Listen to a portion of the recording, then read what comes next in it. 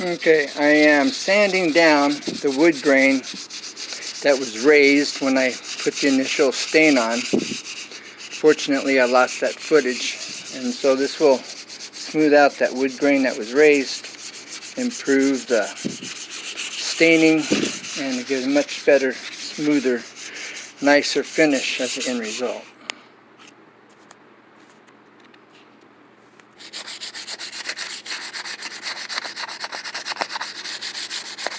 Okay, this is all, I'm going to pay attention to the details, of course. And I will be starting my staining process here next, so just stay tuned in just a few minutes. You just really want to pay attention to details.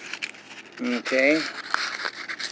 Don't want to get any splinters, or you want to remove all your rough edges. Okay. And and on these corners right here, all right, this is going to be a point of sight. It's what people are going to see first. And so you really want to make sure that these rounded over corners get a lot of TLC. Like you want to give it all TLC, as far as that goes. Alright, this is the elbow rest right here. I may end up bringing it out further, but that seems to be okay. Okay, now we're going to start the staining process. We're going to mix golden oak with lacquer thinner. When you mix golden oak with lacquer thinner, you get yellow 50-50. 50% golden oak, 50% lacquer thinner. Now, this is the test piece, so I can test my color. Alright, this is golden oak. I've already put in this container. Okay, that should be enough. This is a staining rag I've made with the t-shirt and an old sweater.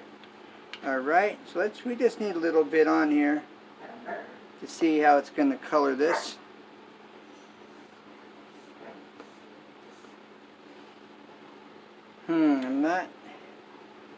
It's not bad. It's not quite the color I'm wanting at the moment.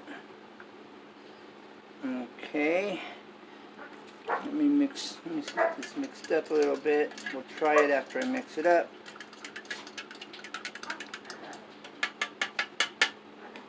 Let's see again. Okay.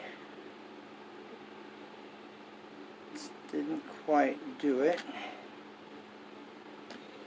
Alright, we're going to add a little bit more golden oak to it. And, whoops. Alright, let's add a little bit more. Right, I may have to add another color, but let's see how this goes now. No. Alright.